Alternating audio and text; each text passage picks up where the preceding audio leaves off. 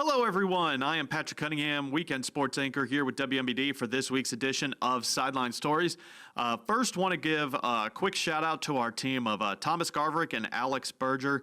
Over the weekend, filling in for me with a lot of football playoff games, state soccer, Harvey Newcomb going up for that. They really took care of me. I was off this weekend. If you were able to watch our weekend newscast, I was off in North Carolina. My middle brother got married. I'm the oldest of four. Our third brother got married to his beautiful wife, Victoria. Whole family got to go up. It's a phenomenal event. I gave an okay toast, I guess, but it was a lot of fun. So unfortunately couldn't be here in the action in what is one of our 2 or 3 busiest weeks of the year. I tell people all the time that they think that the busiest week of the year is football state and basketball state. And it's just not, because of what else is going on as well. This past weekend, you have boys state soccer state championships, boys and girls cross country state championships here in Peoria. Soccer's up at Hoffman Estates in the northwest suburbs. You also have girls volleyball sectionals going on as well. And then, of course, the second round of the high school football playoffs. I mean, we're just all over the state. And unfortunately, I had to go. Not unfortunately, I would pick my family over work any day of the week. But I'm very excited to be back. We've got another massively busy week. This is probably our second or third busiest week of the year, because now this week we have got state volleyball, 3 Central Illinois teams taking part in the Final Four down at Sefco Arena on Illinois State's campus on Friday and Saturday. We've also got the state quarterfinals for football, and we will also get to, in our third segment tonight, a celebration for Washington High boys soccer. First ever team in their program history to make it to state. They had a nice fire truck parade around Washington Square Tuesday night, and so we'll talk about that. First, though, let's talk about some high school football. I'm very excited. When the brackets came out, the 2 brackets that I circled were 2A and 5A, and this was a matchup I hope would happen. We have Farmington and El Paso Gridley. We'll get to Tri-Valley here in a little bit. Farmington and EPG meeting in the 2A state quarterfinals. The winner will face either Tri-Valley or Wilmington in the semifinals. And both teams 11-0 coming into it. I'm expecting just an incredible atmosphere. The game will be at El Paso Gridley at 5 o'clock on Saturday. And what makes it interesting with being 11-0 is the 2 different sets of momentum they're coming in with. For El Paso Gridley, they've just been rolling through teams. And while both of these teams score a lot of points, both also have incredible defenses that don't give up a lot of points. Jonathan Michael and I talked about this on the CI Sports Zone podcast, also here on WMBD+. And while they did give up 20 points, I put that in air quotes, to Chicago Marshall in their first round, that game was 35-0, about midway through the second quarter. Coach Tanner Benedict taking out probably his first and second string to get through that game once it was clear that they were going to move on. But if you really put that as 0, they haven't given up more than 10 points, I think, in at least 5 or 6 weeks, maybe 6 of the past 7 if I have that correctly. Meanwhile, Farmington, while 11-0, has nearly been knocked out in the first 2 weeks of the postseason. They needed a blocked field goal to move on from just the first round and avoid a 3v14 upset. But I mean, these are 2 communities and 2 teams that I've really enjoyed covering the last 2 years. Farmington made it to the state semis last year. In fact, in the last 2 seasons, they are 23-1. The only loss is that state semifinal game against Chicago Christian last year, who eventually ran away with the 2A state title. EPG trying to make it back to state for the first time in about 23 years, 23, 24, something like that. And, you know, both coaches and both programs have a ton of respect for each other. I sat down with both of them about, both have great offenses, both have great defenses. What do they think is going to be the matchup that is going to kind of determine how this game goes? And here is what they had to say. I think we got to control their speed. I think that's the biggest thing. Defensively they've been pretty stout, but their speed really worries me offensively and defensively. And like I said, I think he's the best young coach out there besides the guys on my staff. But I think he's the best young head coach out there. He's done an excellent job. And I knew that the first time we played against him, that he just had something about him that was ready. His heart is in El Paso. He's from there, and he's put it all out there, and I think he's done a great job. Field position will be big. Controlling the ball, not having turnovers, obviously, you hear that all the time at any level of football, especially late in the year. Being able to control the clock is big. Just being able, for us, capitalizing on plays that are there to be made. It sounds simple, but, at this level, it's as easy as that sometimes, When we have an opportunity to make a play, we need to make that play, and I know that our guys can do it. I appreciate both coaches. Like I said, this is a game I've had circled for a while. We are very excited in our newsroom to cover this. 5 o'clock at EPG on Saturday. Now, also, on the other side of that bracket, looking to move on to the two-way semifinals, I mean, this is just a clash of the Titans, really, in Class 2A when you're talking about recent history in Central Illinois football and really just the state of Illinois. Tri-Valley is taking on Wilmington in the two-way state quarterfinals. Now, what's great about this meeting, and Coach Josh Roop for Tri-Valley is going to talk about this here in a second, the winner of the last 3 postseason meetings between these two teams have gone on to the two-way state title game. These are two teams that know each other very well. They respect each other. They also both run very similar styles of offense. They both run wing T. I talked with Coach Roop about this. I mean, this game is going to take place Saturday afternoon. He says this could be the quickest game in Illinois high school football history because they are both just going to ground and pound it. I know there's a lot of passing clips on here, but, I mean, I cover Tri-Valley 7-on-7 in the summer during June and July, and half the time in the huddle, Coach Roop is like, don't even worry about this 2nd-and-1 passing play. We would run it right here in the regular season, and it's worked for them. But, you want to talk about Wilmington and the state powerhouse that they are. I believe they have made the playoffs every single year since 1996. The last time they missed the playoffs was 95. To put that into perspective, I was not born until April of 96. So quite literally the entire time I've been alive, Wilmington has been in the playoffs. Also, in the last 10 years, they have they only have 3 seasons with multiple losses, so more than two or more losses. In that same time period, they also have 3 state championships. So not only are they good, they're very good and very consistent at it. So this is going to be a phenomenal matchup, and here is Coach Josh Roop and his team talking about just how excited everyone is to take part in this. Well, it's a different animal that we're going to play this week with their style of football, and we know that. And it's a blessing that we have played them because we know what we're in for. Our kids know what they're in for, and I was asked, is this a rivalry? And it's a game we got to win, but it's two programs I think that really respect each other. Coach Rainch does a great job up there. I've got nothing but a lot of respect. He's a Hall of Fame guy and been doing it a long time. And I feel like our kids play hard, but they treat each other the right way at the end. And it's just a really good high school football game atmosphere. This game, the last 3 times it's been played, the winner's gone to state. It's played for a state title. So, we understand that. And the atmosphere is great. It is tough to go up there and win. It makes it awesome when you get it done, and we were able to do that in 22. And so that's the other thing is we've done it before. So I think our kids believe that they can do it. To be honest, this is a state championship right here for us, and we're feeling pretty good. We got a pretty good game plan, pretty good scheme going into this week, so we're feeling confident. It's been working really well for us, and we like this offense because it really brings us closer as a family and really want to fight for one another. And I think that's just what Tri-Valley liking football is all about, is just wing T football and hard-nosed football. He's not wrong. He's not wrong. Tri-Valley is your stereotypical run it down your throat, 3 yards and a cloud of dust football team. And you know what? They're very good at it, and they're very fun to watch. Both communities should be rocking out in Wilmington on Saturday.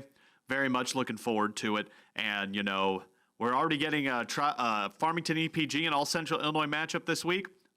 Here's hoping we have another one in the state semifinals. We actually could have two in the semifinals. We could have the winner of Farmington EPG versus Tri-Valley, and then in 5A, we could have Peoria High versus Washington.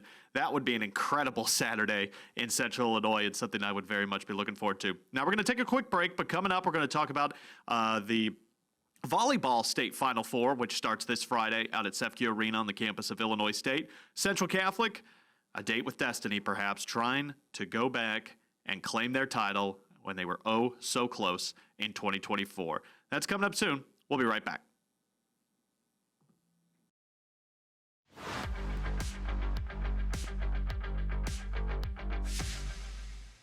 Welcome back to Sideline Stories. I am Patrick Cunningham, WMBD 31's weekend sports anchor here on the WMBD Plus app. We just talked about the state quarterfinal round for high school football. Now let's get into volleyball, and this will be a very fun weekend for Central Illinois. Across 4 classes, we've got 3 teams, one in 1, 2, and 3A. We've got Tremont in 1A.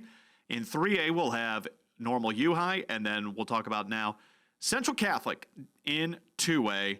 And this is a team that feels like they should be getting a second chance at destiny. They are 1 win away from their second straight title game appearance. They lost last year in the state title game to Mater Dei by just 2 points, went to a third set. They lost 25-23. This is from their super sectional win this past Monday in Shelbyville. I was the one sent down for this, and they made me a little nervous early. I'll give full credit to Carmi White, who they defeated. They brought a massive student section for a game that was over 2.5 hours away from their campus. But, man, they were loud, and I'll be honest, they rattled Central Catholic early. But the Saints are a very seasoned team. They bring back pretty much everybody from that state championship appearing, state title game appearing team from a year ago, and they were able to recover and rally nicely. Now, what also made this year for volleyball so fun, not just 3 teams making it to the Final Four, but just the inter-city volleyball in Normal and Bloomington was absolutely incredible. This season. We had 3 teams on Monday night in the inner city playing in super sectionals. Central Catholic, obviously. Then you had Normal U High, who won to advance to the 3A semifinals and who were the inner city champions. And then Normal Community, what a run they had in the 4A bracket and making it all the way to the super sectionals as well. Unfortunately, they were defeated on Monday night, but still, you'll always take an Elite 8 run, especially Class 4A. We think of Normal Community. They've got over 2,000 kids. They are our biggest school in Central Illinois. But, man, when you run into those very much larger prep schools in the suburbs, they are the little guy. But every school this year had such an incredible year in the inner city. And we're going to talk with Coach Jenny Menendez here and then their senior setter, Josie Serta, on just how much inner city really prepared them and how fun it was, and how much they are looking forward to trying to come away with a state championship. It's always super talented. We have a lot of great players, and that's why I enjoy being in. Obviously, we're the smallest school, but still getting that opportunity to play really high-level teams prepares us for matches like tonight and then hopefully going into state as well. I'll be watching film tonight, tomorrow. We were really focused on getting past a really good Carmi White team tonight. Just the opportunity to get to play 2 more matches, quite honestly, going into state. These girls are so much fun to be with, and then just enjoying that ride, and hopefully we can finish out with a win. Yeah, that just shows how good of a class we have in this area. We're all pretty good friends around here, so I think it was pretty cool being able to see that. Was there an aspect to state last year that you felt like you didn't take in that you can't wait to experience again? Yeah, I think just maybe our confidence, we were under pressure sometimes. Those games last year, we didn't feel like we were in control a lot, and I think being out of control kind of messed with us a little bit. So I think this year going in, being ready for everything will definitely be a game changer. And it certainly was. And, the first time around, you can be distracted by the bright lights. Not that they haven't been there before. It's ISU, and they're coming over from Central Catholic. That's a 10-minute drive. Normal U High will actually have a shorter drive. They next door. But under the bright lights, I'm not saying that they were distracted by it because, they went to a state championship and they took a third set to 25-23. But now that you had that experience under your belt, it can be, a little easier to focus, and you can actually appreciate it more because they've had a target on their back all year long. They've only had 5 losses. 2 of them were to U High. who was obviously playing in the 3A semifinal just a couple hours later at around 5:30. Central Catholic will be playing at 1:30. Certainly good luck to the Pioneers, the Saints, and to the Turks. And man, I don't have a soundbite from them. Shout out to the Tremont Turks. What a great Cinderella story they've been. They were a 4 seed in their sectional, and they've made it to the Final Four. I mean, this is my 4th fall sports season. I've been in Central Illinois now for about 3.5 years. I mean, this is certainly a top 3 Cinderella story in my time here. I probably remember it 5 minutes from now, but there was a baseball team here in Central Illinois who made just a really fabulous Cinderella run to state a couple of years ago. We've had a couple of football teams go really deep that we honestly just weren't expecting the last couple of years. So, always love to see it. I hope that all 3 of our teams are playing for state titles on Saturday. It's a good problem to have when you also have 6 football teams playing in the state quarterfinals on the same day. But this is the fun time of the year, so, these are the good problems to have. All righty, coming up next, we just wrapped up boys soccer season. Washington, your 2A state runner-up, they had a parade tonight, courtesy of the City of Washington Fire Department, along with a celebration at the school. We'll take a look at that when we come back.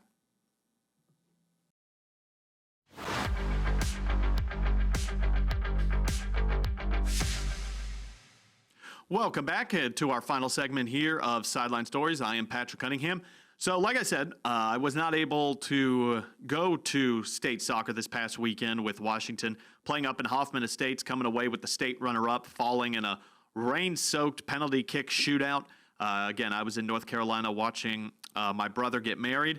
They had a heck of a season, and they had a heck of a celebration as the City of Washington paid tribute to them with a fantastic parade here. This was just a couple hours ago that I shot. They're obviously having a lot of fun. A little chilly, but after getting rained on all night at Hoffman Estates on Saturday, I'm sure this was actually warm for them. A lot of parents, a lot of great community support for them. I mean, this was a packed room here in what is the cafeteria area there at Washington High School. There's athletic director Joe Allstott, who's done a great job since taking over at Washington just about a little over a year ago. Washington, this was their first ever trip to the Final Four. They had never won a sectional title. Then they won a super sectional and knocked off in that super sectional the defending state champion, who was utterly shocked that Washington was able to beat them. But it was a heck of a match that I had a lot of fun going down to last week in Springfield. And then, winning in the semis pretty handily over Rock Island. And then, of course, coming away with the second place finish. I mean, that is an all-time memory right there when you get escorted around on fire truck and, you're with your buddies. And I was, following them for a bit there down the couple of blocks down Jefferson Street and the town square. There were a lot of people on their either porches or their lawns, giving a wave to the team, and that's really cool to see, because especially what I love to see about that is obviously Washington football is incredible, but when people think about soccer, especially here in the United States, it's considered a lower tier sport, but when you see a community rally around what was a very fun team to cover, that's very cool to see. The mayor of Washington also coming out. They'll have a declaration for them later this season. A lot of memories to be made from everybody on this team, and I'm going to give them a chance to talk about what a great season that this was. I understand that it was an incredible season. I don't think it's fully sunk in quite yet how insane our season really was, but I think it definitely will eventually, and yeah. What was it like riding on the fire truck tonight? It was nice. It was a little cold, a little chilly, but it was nothing like that Saturday, rainy, wet, cold game, so really not too much. I'm sure in a much better mood than you were after the end of that game on Saturday. What was the reception from the town like? Anyone waving you all from their yards or their houses?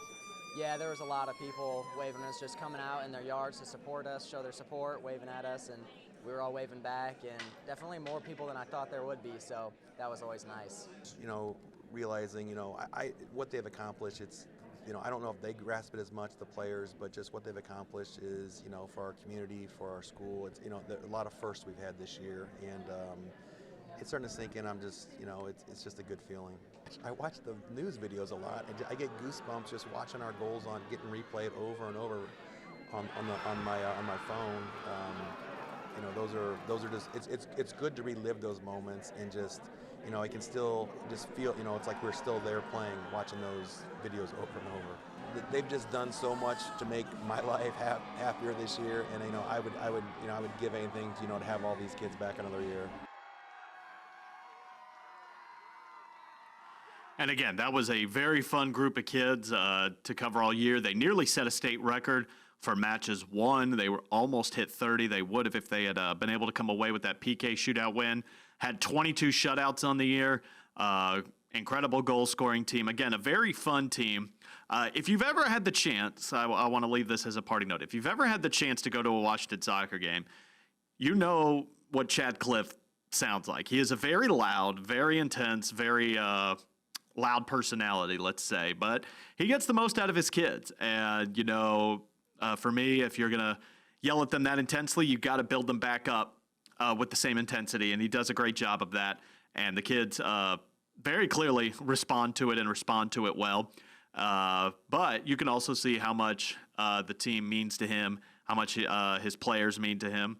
And even more special for him this year, his son was a senior on this year's team. So got to make history as a coach, but also with your son by your side. That's certainly something they'll never forget. And none of those 23 players and all of their friends and family will never forget either. Again, one of the busiest weeks we have all year was last week. One of the second busiest this week. Very much looking forward to it. Not getting a lot of sleep, putting a lot of miles on the cars, but I can't complain because, again, this is the fun stuff. This is what we work all year for. All the kids that practice, athletes, parents who get up and drive them to practice, pick them up, make the long drives on Friday nights. We're right there with you, prepping all season. And, this is the fun stuff now, the nitty-gritty as we come down to the Final Four for volleyball. Good luck also to swimmers this weekend. It is the state meet this weekend also for swimming. And then state quarterfinals for football. Another fun week. Can't wait. And hopefully we come away with a lot of wins on Saturday. You can catch more of our exclusive content on WMBD Plus. I make frequent appearances on the CI Sports Zone with Chris Thomas and Alex, along with special guest Jonathan Michael, usually making our appearance as well. Thank you so much for watching. Have a good night, and good luck to all our teams this weekend.